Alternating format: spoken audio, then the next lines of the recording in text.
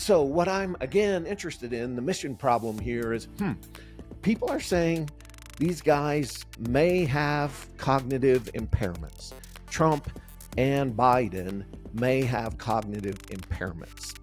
My simple logic is it is impossible. A human cannot be coherent if they cannot exercise cognitive capabilities as specified by speech professionals, speech therapists, cognitive analysts that focus on speech. This is the AI Leadership Podcast by AI Leaders. Practical, to-the-point content helping you drive results with AI. Here's Chris and Frank. Hi, welcome to the AI Leadership Podcast. I'm Frank Strickland. Chris Whitlock is going to join in just a moment for a very special episode that we have for you, in which Chris is going to present an analysis of using GenAI, large language models, to assess the coherence of political speech. And I'll just leave that for now, but he has used GenAI to test the coherence of political speech, coherence being one test of cognition, cognitive capabilities, cognitive decline. And as you might infer already, the two subjects in the test are President Biden and former President Trump. So stay tuned for that in the main segment. But first, a little feedback that we got on our last episode, episode 21 of the podcast. It began a two-part series that we're going to have on AI and the law. And Edward wrote in and wrote, I tuned into this episode hoping to get a quick hit of AI and ethics and thought about tuning out when you said you would address that later. Then I got caught up in the Fat Leonard story and listened all the way through. Not typical for me. Good episode. I picked up a handful of good insights. I'm looking forward to the AI discussion. Edward, really glad that you hung in there. The discussion of the Fat Leonard episode, and as well as the Vice Chief of Naval Operations incident, those two, Fat Leonard case and the VCNO case, we felt like set good foundations of the relationship between ethics and the law. And so glad you hung in. Thanks for that feedback. Jay, likewise, appreciate that feedback. You can give us feedback on anything that we produce or things you would like to see us produce, either in one of our channels, or you can go to our website, aileaders.com. Before we get into the main segment, let me share a couple of interesting things recently that I've seen in the wild.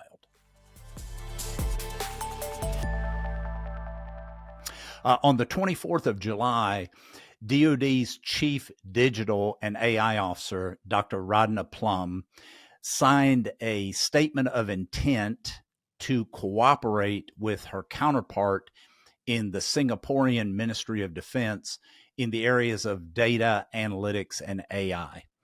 And so we would encourage you to go and read about that.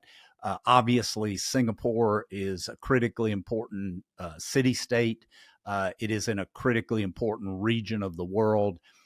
And so when Chris and I talk about what chief AI officers at the enterprise level should be doing, there are 6 areas that we talk about enterprise AI officers focusing on. And one of them is in this area of strategy and policy and intergovernmental, interagency, and in this case, an international agreement. And so really kudos to the CDAO staff and Dr. Plum and their counterparts in the Ministry of Defense, Singaporean Ministry of Defense. Really great work, a really great initiative. It's good domain learning for you to go and read and learn about that. The second area is more in AI technology. Chris and I have observed a large amount of ignorance among executives and senior leaders about the foundational fact that large language models are not storing documents. They're not information retrieval systems. The key word is it's generative AI. It's not search and it's not retrieval. But as our AI practitioners who listen know, there's been a body of work going on for some time now under the label Retrieval Augmented Generation, RAG or RAG, to do just as the name denotes, and that is augment the large language model with a capability that does focus on retrieving facts from document stores and other types of data stores. One of those, and a very promising area of work of late, has been in the area of graph data stores for RAG, so graph RAG. And Neo4j is a company that specializes in graph tools and graph data stores. And there is an interview that we listened to recently that was very well done between the CEO of Neo4j and Ben Lorica on some work that they're doing. Neo4j did a demonstration of a solution during that. And so it'll really help you, that podcast, to begin to think about, if you're not thoroughly familiar with graph RAG and the potential of graph RAG, will help you to think about that. And so we'll put a link to that in the show notes and would commend that to you. So there's a couple of interesting things we've seen in the wild of late. So let's go now to our main segment where Chris has just done some fascinating work using generative AI, large language models, to assess the coherence of political speech. Yeah, so Frank, to me, it was just an interesting evolution. I don't watch a lot of television news, but I read a lot of news in different formats. And I had seen the raft of coverage post the presidential debate that was talking about Biden's performance. And I saw some things afterwards that seemed incongruent compared to that regarding his coverage in some other events. And it just made me curious about this broader dialogue that people are having about the age and the potential cognitive impairment of the two presidential candidates we have. And, like a lot of things that we have done over time, for me, this is a task, it's a mission question. Can we bring analytics to that? Are there ways to apply AI tools? I wanted to do this as an illustration of a creative way to use consumer available generative AI tools in specific large language models. But there are a number of other related ways that professionals can attack this content. This is to illustrate how it is used and share some things that were learned along the way. Now, as further context, these questions are being raised by pundits and citizens, certainly also by politicians and by medical experts. And I've just taken two of the articles that are out there that question, in one in each instance, President Biden and former President Trump, raising concerns about where they are. And the top one also is a caution to us. Hey, be careful on how we evaluate that. And just know, as you absorb what we're sharing today, it's a perspective, it's an analytical angle. I don't presume to think this is definitive. However, we do believe it can be illustrative and informative, illustrative of the techniques and informative of the issue. Frankly, there were some things that came out of this that surprised me. Now, just as one level of further context, as a nation, we're dealing with the two oldest presidential candidates ever, right? No ambiguity, no discussion. This plot I have created that mapped the inaugural age of each president from George Washington through President Biden, the current office holder.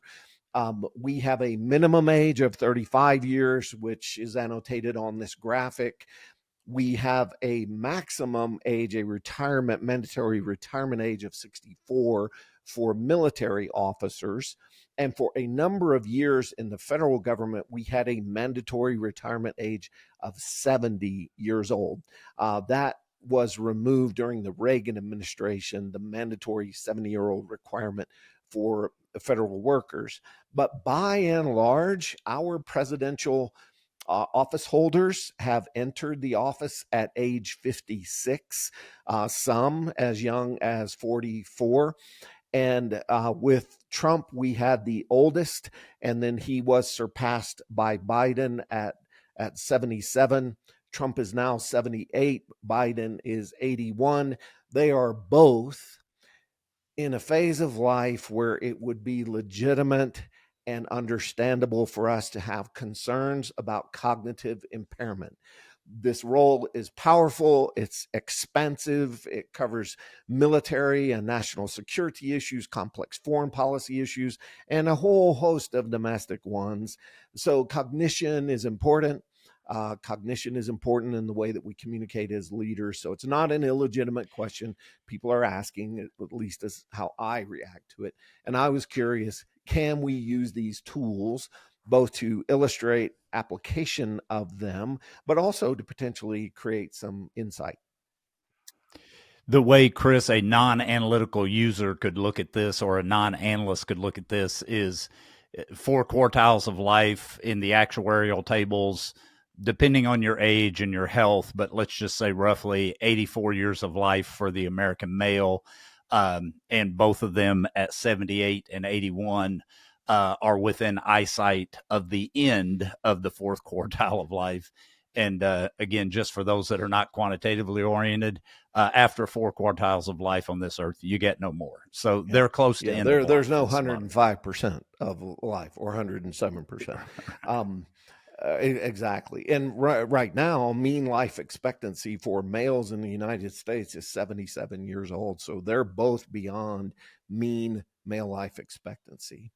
Now, what we're doing here is using a large language model in the generative AI field, GenAI field. And those have multiple model types, but this would be inclusive of the really popular ChatGPT, Google Gemini, etc. Consumer accessible tools that allow us to ask plain language questions and get plain language answers.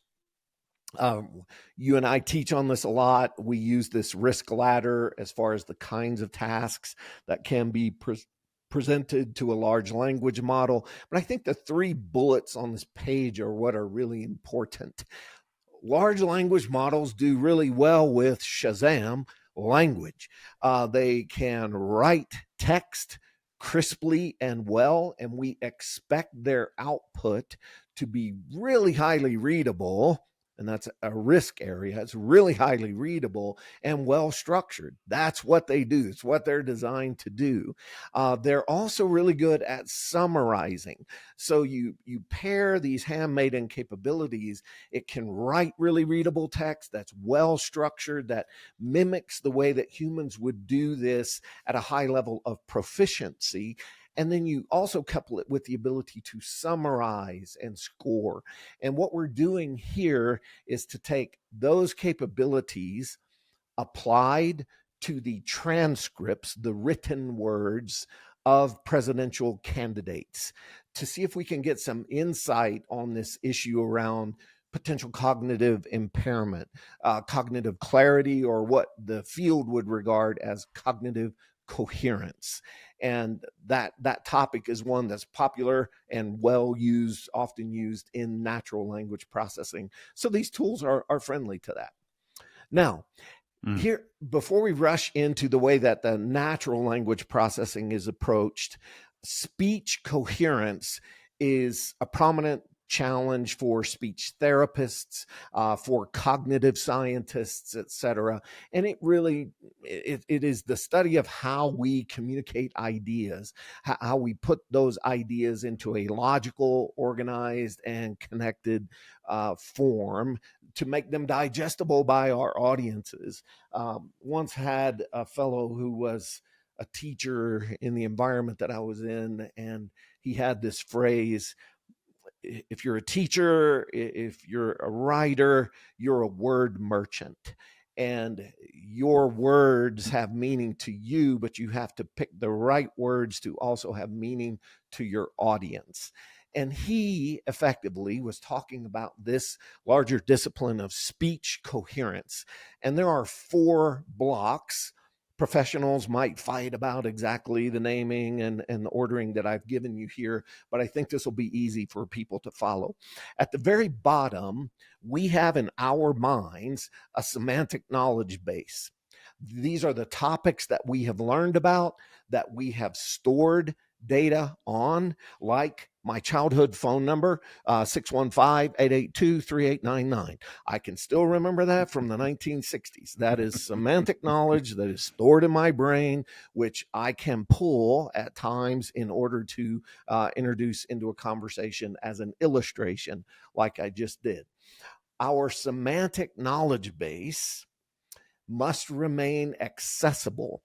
And we know as we age as humans that our memory begins to decline, and we can have moments of forgetfulness.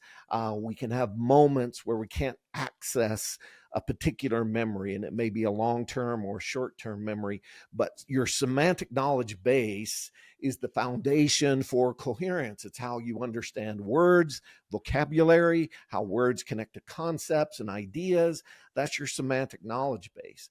When any of us then hears a question, we have to exercise a cognitive capability referred to as semantic selection. So we're now going into our knowledge base and we're parsing what's relevant, what's irrelevant.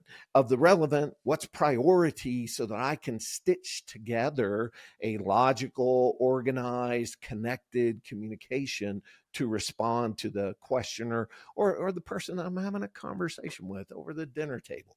We do this all the time. Now, there are some other functions that are really cool. One, in our mind, people will oftentimes refer to as inference and pragmatics. This helps us, as in the word merchant illustration, think about, am I picking a word that you're going to assign the same meaning to as I am? Or when I describe it, am I anticipating where that might go wrong? And I elaborate it appropriately so that you as a listener can understand what I am saying. And that's an important function in our cognitive arsenal as well. The last, I'm only showing one of a battery of these, they are referred to as executive functions, the executive functions of our mind. And these are really, really crucial in effective and coherent communication. Executive functions allow us to organize the speech and then to control the speech to stay on topic. So I'm here to talk today about speech coherence and how we're applying natural language processing tools to get a measure or a view on the speech of presidential candidates and whether it's coherent. Does it indicate problems in cognitive capability? Well, I don't want to beam off on that and talk about Caitlin Clark and the fever and the WNBA and how they're doing this year and the prominence of the last 15 games. Executive functions are what control our speech. They keep us on topic, they organize the flow, and they allow us basically to exercise all the potential goodness that we have in our mind, from the semantic knowledge base through selection, through the inference and pragmatics, to express something coherently that our partner in conversation or our audience needs to hear. That's the context for what we're looking at. Now, natural language processing. There are a variety of tasks here. I've worked around a range of these over time. There is a certain branch of this which would take really large volumes of incoming text, and you want to tag certain types of topicality in that text. And so we train models to look at that. As an example, we might be really interested in energy security or terrorism or political unrest. We're ingesting this content and we're tagging paragraphs that may include that content, and we're training an AI model to observe and see that content. One of the ways that we evaluate the effectiveness of these models is with something called coherence. It's a coherence metric. And we look at what the model is supposed to do. We look at the tag that's been assigned, and we're assessing, hey, do these relate? What I've done with the machine here today, and what we'll show you, is to exercise that kind of capability with a generative AI tool, with ChatGPT, with Google Gemini, to characterize coherence. So if you look at this chart at the bottom, there are several different dimensions, and I have run now a lot of these presidential statements through the machine to get some characterization of the coherence of each utterance or each response. And they'll look at different factors. Was the response actually relevant? Was it pertinent? Was it responsive? Was it logically structured and concise? Was it clear as an argument? Because we're using large language models, they do well with language. And we're exercising that capability to get an insight on the quality of the remarks, of the quality of the utterances that we're getting from presidential candidates. Now, here's what I did. They're also, go Chris, ahead. forgive me, they're also free of the cognitive biases that we won't go into, but some of our listeners or some will be very familiar with. There are plenty of cognitive biases that are well established in research that all of us have that affect how we interpret. These are just mathematical processes, and the machine is free of those cognitive biases. It's a great point. Well, and we have worked a lot of these types of things over time. Bias is always something you are mindful of here. I think the way you said that, Frank, is excellent. We are leveraging these mathematical representations of language and the ability of these models both to write and evaluate text, not as to whether it's meritorious or not, is it not as to whether it is truthful or not, but whether it's coherent. In the context of a topic, does the response align well? Does it make sense? Is it sensible? And how well defended or evidenced is it? That's the kind of thing we're doing. And here's an exercise I did to set this up. Biden and Trump had their debate, which I did not watch, but I pulled the transcript. And the first question area to each of the participants was, are people in the U.S. better off today than 4 years ago? Kind of a classic entry for a contest like this. So what I asked on the left, I asked ChatGPT, built by OpenAI, I need to deliver 2 minutes of remarks answering this question. Can you suggest a response? Are people in the U.S. better off today than 4 years ago? And it immediately comes back with 6 paragraphs, 351 words, in the response that it would suggest that I could read if I were using a teleprompter. So I took that response and I immediately turned to a counterpart capability. This is Google's Gemini model. Also very capable. These are 2 of what we refer to as the hyperscale models. And so I presented that response and the question to Google Gemini, and I said, hey, would you score the coherence of this? So you'll see in the first bullet there, what I asked Google Gemini to do is score the coherence of the response to this question. Are people in the U.S. better off today than 4 years ago? And then I presented Google Gemini these 6 paragraphs and 351 words. And on a scale of 1 to 10, with 10 being the highest rank, and in my experience so far, never assigned, I've never seen a 10, and I have not seen a 1 in this scalar representation. It assigned the response a 9, and its justification, and there was a broader textual justification I won't share, but it emphasized this addresses the prompt directly, it's logical, it's a balanced perspective, and it's a clear conclusion. And then the summary was overall provides a well-organized and informative analysis, making it a very coherent answer. So every time you ask the machine this kind of question, it can give you, if you ask it, a score and a justification for the score. And the justification is typically in a structured framework, mainly repeatable items. You see the main factors in the justification being repeated, question. Sometimes there are slight differences, but that's what they're giving you. That's what we're dealing with in the model.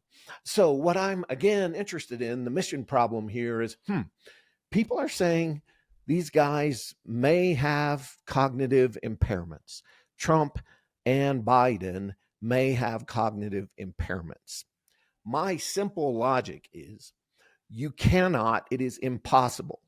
A human cannot be coherent if they cannot exercise cognitive capabilities as specified by speech professionals, speech therapists, cognitive analysts that focus on speech. Exercise the knowledge base, deploy semantic selection, apply inference and pragmatics, and then apply the executive function to control and to organize the speech. That's what we're expecting. And we can analyze the written word to get an insight. So that's what I did. I've taken the debate results and some others that I'll use for context. I've asked it to give a scoring to each. And the scoring is on this page. A 9 or a 10 represents an exceptionally coherent, well-structured, and effective, and the response effectively addresses all aspects of the question in a logical flow. On the flip side, a 1 or a 2, the response is incoherent, it's confusing, and it's largely irrelevant to the question asked. There were a couple of 2s, just to forecast where we're going in the responses.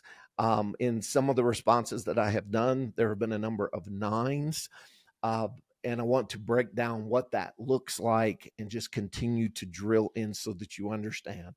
We're taking transcripts, written transcripts of their remarks, and we are using NLP to test the coherence of those remarks. Do they make sense? Are they logical? Are they well supported? Are they consistent in communicating a point of view? Now, before I got too deep into this, I began craving benchmarks because I started with the Trump and Biden focus. I am not done with this work yet, but I can share some that I think will be relatable to many here. And it was actually on the suggestion of a long-term friend. He had looked at what I was doing and offered this as a potential benchmark.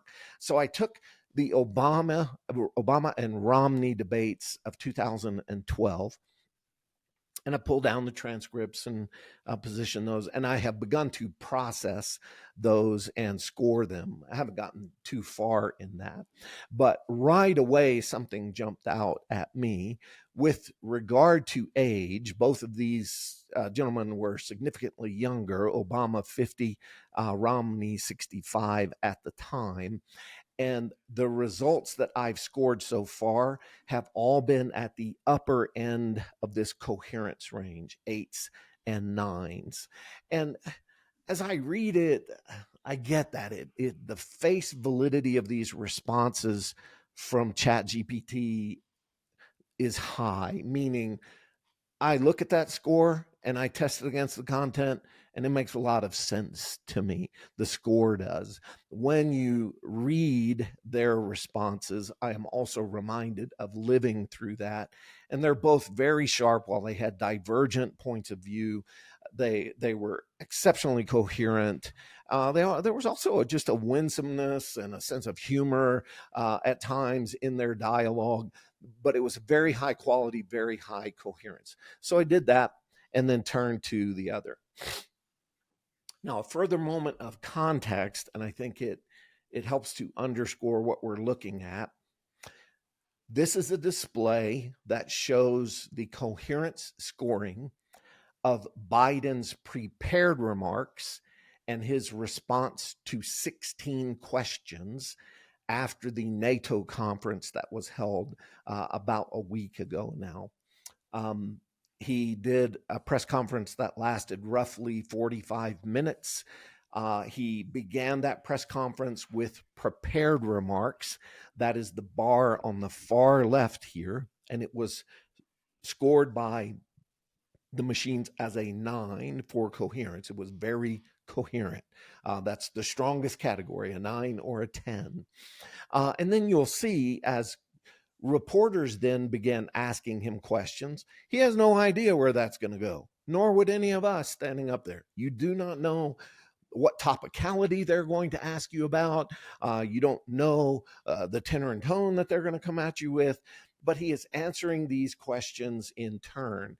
And the average coherence of his responses was a 6.3. Now, if you think about this, a 1 to 5 would be low, a 6 to 10 would be high. A low 6 like this, we might consider moderate. It's at that breaking point of high and low in a forced choice environment. If we went to kind of a 3-panel discrimination, 1 to 3, 4 to 6, 7 to 10, whatever, that we might construe this as moderate. These are Biden's responses there. So they're clearly different than Mitt Romney and Barack Obama in the 2012. We've dropped some levels in the coherence of the response, and that is simply looking at the text of the response and measuring it with these tools for coherence along with their written justifications. And Chris, this 6.3 average of his response to questions is more of an apples to apples comparison with the Romney-Obama debate because they're responding to questions. Exactly. President Biden's 9 score on his prepared remarks, there are a large number of staffers and well-qualified staffers who poured over his remarks every jot and tittle, I can assure you, 4 hours before he delivered those. So he had a lot of high-quality help in assembling that, and you would expect a written speech by the President of the United States to score very high on the coherence Frank, scale. I think that is an excellent point, and it just underscores how all of us, I think, can relate to this in a human context. So now I have prepared remarks, and I'm going to read them. And this is not the theater. We're not going to read them dramatically. This is not for entertainment purposes. It is in a leader context. Can I read these remarks that have been prepared? And then now off the cuff, I got to take what comes at me. Clearly, he's exercising cognitive capabilities to read and recount that. There are people who struggle with those, both the executive functions and the semantic functions around reading out loud or reading back. We teach that skill to our children. We cultivate it as we grow older. But it's not surprising to see some drop. I think the question is how much drop we might see between prepared remarks and the other. If this content is of use to you, we encourage you to subscribe to our YouTube channel and give this episode a like. If you're listening to this episode on Apple or Spotify, please take time to give us a 5-star rating. And if you have a moment, leave us a quick review. You'll find more resources like this podcast and training courses at our site, aileaders.com. Let us know what you think. We value your feedback. I think the point you made last was really important. The drop between a 9 coherent score on prepared remarks, which again have had a lot of staff effort far more hours. It would be double-digit hours that the staff put on that as compared to the president himself. And that's not unique to President Biden. That would be any president. It would also be any cabinet secretary, deputy cabinet secretary. That's what staffs do. But the drop between 9 and 6.3, that's just a factual, quantitative, analytical finding. And the question now becomes the relevance of that. Exactly. Now, this chart flips to the Biden-Trump debate. There were 70 responses. What I did here was to take each question and response, present that to the machine, and ask it to score for coherence. And I iterated through each one of those. This is across a range of topicality. So there were 15 specified topics in the debate. There was one that Jake Tapper injected as a follow-up, and it was on a specific issue that has come up in dialogue around political retribution. But the primary emphasis was on the 15 major topics that each candidate was asked to address. So with each one, question, response pairing. So the machine is looking at the complexion of the question, they are looking at the complexion of the response, and they are scoring the coherence of the response. Is it relevant? Is it well organized? Is it powerfully evidenced? Is it jumping around to many different issues, etc.? These are the types of things that are bound up in the coherence score. I would just share personally, I was surprised by this. And the reason that I was surprised is given the popular coverage in the media, I frankly expected President Biden's coherence scores to be much lower than what is in his written remarks. Now, a quick comment on the limitations. We're dealing with the written transcript. I did not watch the debate. People watched the debate, and people may be feeble, they may be tired, they may be sick. I have no insight to what drove that or comparatively otherwise. I'm mainly focused on the functioning of the brain.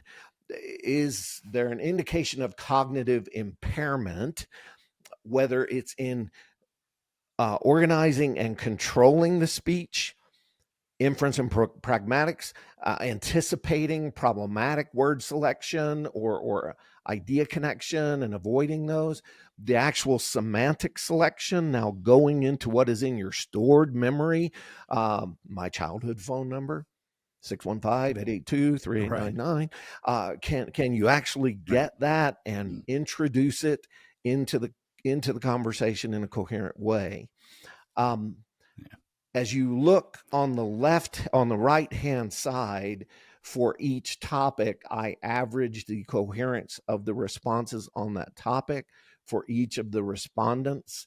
And then at the bottom of the page, I am comparing the averages. And just get to the point, Biden's average coherence was 6.8. Trump's average coherence was 4.3. That's a very significant difference in coherence. It did not match what I expected in a hypothetical or hypothesis-driven way, but the numbers, I believe, are highly valid. The exercise is something that people can repeat, and it represents a creative use of these large language models or text processing capability. Sounded like you had a thought there, Frank. Yeah, another way to say this, Chris, is what these numbers represent and what the model has done is scored the data. So in a technical context, we talk about data and we talk about metadata. Metadata for the non-AI types, I would define metadata as data about the data. And so both of these individuals how they articulate their words, what their facial expressions look like, whether the intonation was this or that, the volume of their voice was this or that, whether they mumbled or didn't mumble. All of that falls to me in the category of the metadata bucket.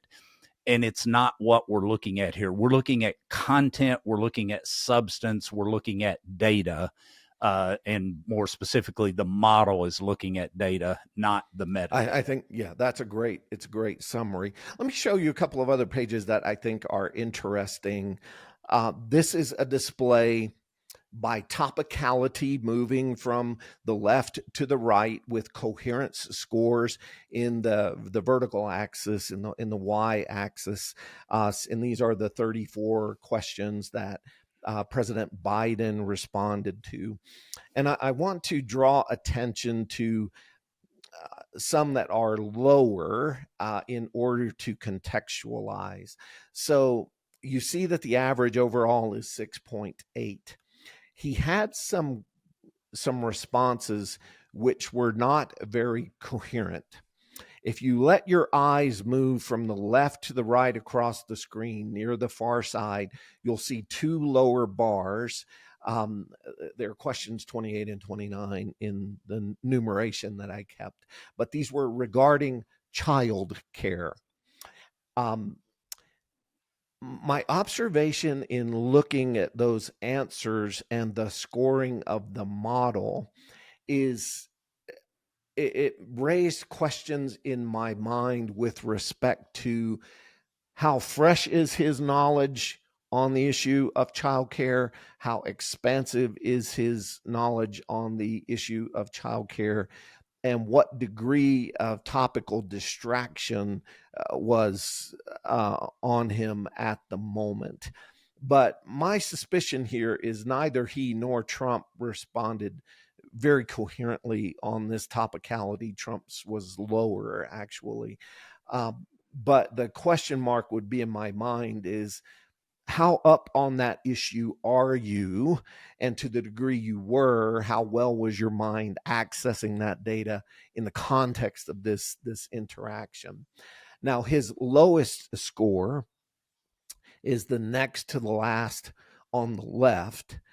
Reading it, it was something I had heard about a lot. It was this, two old guys going around on golf scores as if I would care about that. I have no cares in the world about what their golf scores are. I could care less. And it certainly was not responsive to the questions. It got down to some name calling and things like that. That's a low score.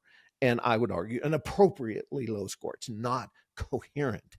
But if you look at across a range of other issues, whether that might regard Social Security, the Supreme Court, some of the Roe v. Wade issues that were prominent, others that you see here in foreign policy, et cetera, his remarks were coherent. And often the model result would highlight he's drawing on relevant facts. This is organized, and it answers the mail. It answers the questioner's inquiry. And that's what you're looking for in a coherent response. It would be reflective of a mind that is working well.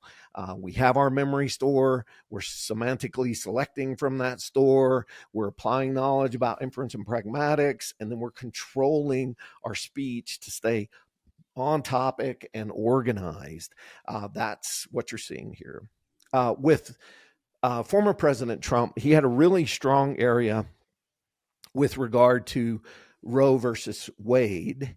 Very consistent on message, highly responsive to the inquiries. This was arguably his highest performing area. He had one question in response to concerns around Russia and Ukraine, which was also very coherent.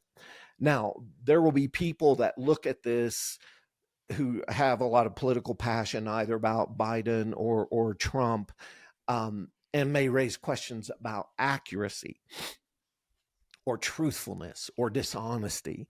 And a clarifying note here, That is not accounted for in these results. So when President Biden's responses are measured for coherence, they are not in parallel tested for accuracy. He may have misstated a fact. He may have misrendered a figure.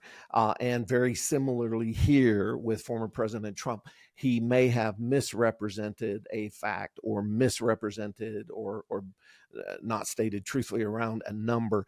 That's not captured in this. What this is capturing is this question responsive? Is it consistent? Is it well reasoned, et cetera? What were you thinking? Yeah, back to the problem statement, Chris. A candidate can lie or misstate a fact, be an error at 35 or 75 and anywhere in between. That's not the problem. So just to emphasize for people, the problem is there evidence of cognitive decline? And if so, to what degree? And being able to be coherent is closely linked to that. And so this is measuring coherence with an average of 4.3. And just a quick observation, Chris, when immediately my blink reaction when I see this plot is if you take out the four very strong responses in the Supreme Court Roe v. Wade category, it would look it would look even worse. I didn't even think about that until you just said that. Yeah, that is interesting. And these are issues that people can explore, and frankly, people that would know more about the human mind than I do, for sure. But the illustration to me, Frank, is exactly where you just went. This is data. So now we have the written response measured against a question. The question is being asked in front of a nation, and we're looking for a coherent response to it so that we can understand what the policy positions are, so that we can understand what they intend to do with respect to the nation and its leadership. And this core, fairly frenetic level of activity for the last 10 days is that President Biden's mind is somehow defective. Maybe it is, I don't know, but I sure as shit know this. I'm not getting that from this data. It was surprising to me what that is, and forgive my coarseness, but I hypothetically went into this expecting a much different result than what came out. And the machine is giving a reflection of the logic of the responses and the link of those responses to the questions. Now, let's kind of wrap this up a little bit, Frank, in this way. And I don't, know what to do with it, but I have three thoughts. The first one is just as a citizen, as a participant in the national dialogue, what should you be watching for? What should I be watching for as we look at this? The executive function in our minds to organize and control our speech, that if it's not working well, we're going to struggle to stay on topic. And we're going to be vulnerable in the vernacular to kind of the crazy uncle behaviors. I'm asking you about issues pertaining to Florida, and the next thing I know, we're off on a meandering journey through somewhere in Europe. The executive function to organize and control our speech keeps us on topic. If we're given a 40-minute set of remarks to give, the executive function to control our speech keeps that from becoming 95 minutes, as an example. In inference and pragmatics, in my speech selection, my word selection, my analogy selection, etc., I'm anticipating where that could produce problems, and I am modifying my selection, modifying my communication, because I have that sense of how people may interpret that. That's the word merchant concept. I have an understanding of the meaning, but I need to anticipate how you may take it. And I'm picking the words that are going to land the best. All right. And then semantic selection and the semantic knowledge base. I'll go to the bottom one. If you don't have the knowledge in your data store, there's nothing there to pick. There's nothing there to select, right? So for one, we might expect a leader in this kind of expansive role to have a relatively expansive and accessible knowledge base. And on that, they exercise selection, and that's picking the pertinent facts, the relevant facts, and being able to prioritize or elevate those in the dialogue. So we're not getting extraneous kind of stray voltage in an interaction from someone that aspires to lead the nation across all the breadth of that.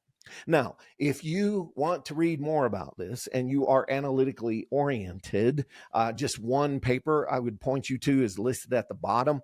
This is Poor Coherence in Older People's Speech. And its assertion of this paper is that is explained by impaired semantic and executive processes like the ones that I have listed here. These people are a billion times more knowledgeable than me and have done some really granular, controlled trial research, etc. It is illustrative of much work in this field. I picked that one not because it's necessarily the best. I think it's excellent, but there's a wide body of work out there. And for those of us who are lay people and we're trying to understand, the simple message would be, there are a lot of smart eggs working on this. They have frameworks like the one we're offering you here. The orange text on the right, that's stuff you can watch for. Any person can watch for this and simply know it may trace back to a cognitive impairment. The second thing I would offer is more political for those who have a political appetite. We're doing an exercise to show creative use of natural language processing and generative AI tools. There are actually tests that are designed to detect these problems. We have the two oldest candidates in the history of the United States to be president of the United States. Both of them have people making assertions that they are cognitively impaired or potentially manifesting early forms of dementia. There's a test. Take the test. Right? That's an option. It's an option. That's up there. Chris, just one point really key from the analysis that you've done. Let's set aside what people are asserting. Thanks to this work, there is at least one body of objective analysis performed by a machine that calculates the probabilistic relationships between words, read large language models.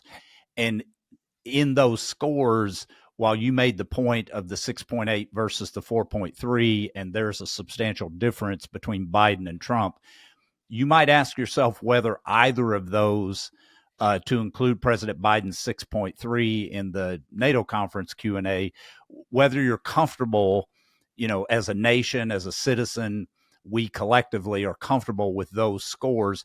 Those are objective scores. And you take those objective scores along with the ages, and you would, tend to lean apolitically to the logic of a test. Love that. Yeah, I love that. Then the last thing, Frank, I think, and I can pass the ball back to you, is when you think about using these tools, there are some available to any consumer. ChatGPT, Google Gemini being prominent in the field. They're the ones that I use for this work. They have certain limitations on them. So you're using the software application created by Google or created by OpenAI. You're presenting information, you're getting a score back, etc. There are a lot more things that can be done in a natural language processing context around content like this. And one of the ways to approach this, and it solves a couple of different issues, is to directly access these models using an API for those that have a data science capability and programming skills. That opens up some insights that you won't get from the consumer available version. The other thing that can let you do is more efficiently automate and structure the presentation of content to be evaluated or scored. But our main thing here today, to me, is these tools are out there. It's a really exciting phase in AI. You can apply it to a variety of purposes. This is obviously an issue of national importance. We are illustrating how you can connect the capability to an activity that is prominent in the dialogue right now. And with that, we leave you to research, go have fun, do it on your own, or take the insights such as they were today and incorporate them into your own further analysis or decision making. Back to you, buddy. Yeah, Chris, fantastic piece of work. Nicely done. Nicely done. We hope you found that analysis and that creative application of GenAI as fascinating as we find it. And you can expect we will probably continue to do work and experimentation in this area. Sort of two practical takeaways for you as leaders and also as practitioners.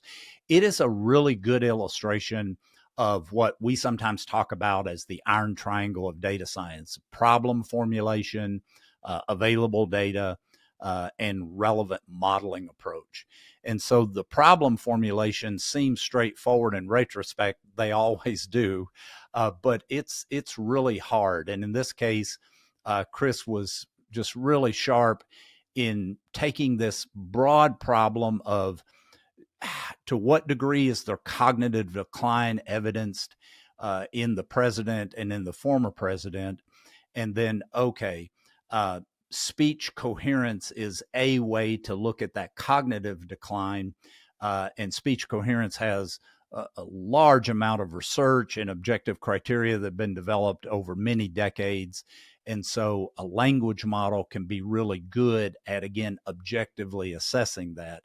And so it's a really good illustration of problem formulation and the challenge of problem formulation and aligning it with available data and then the right modeling approach. Secondly, it's also a good illustration of using AI for assessments. Chris and I talk about enterprise AI portfolio strategy and the need for 4 types of projects. And one of those projects is assessments, using AI to do assessments. And so it's a perfect, really good illustration of that. And so we would commend the analysis to you for those 2 reasons alone. Thank you for listening. Hope you have found this episode interesting. Again, we crave your feedback, so reach out to us in any of our channels, YouTube, X, Instagram, or feel free to contact us through our website at aileaders.com. On our website, you'll find more resources to help leaders become more capable in leading AI programs, projects, people, and technology, and it will help practitioners become more capable leaders in the AI space. So for Chris and I, thank you for listening. Appreciate you.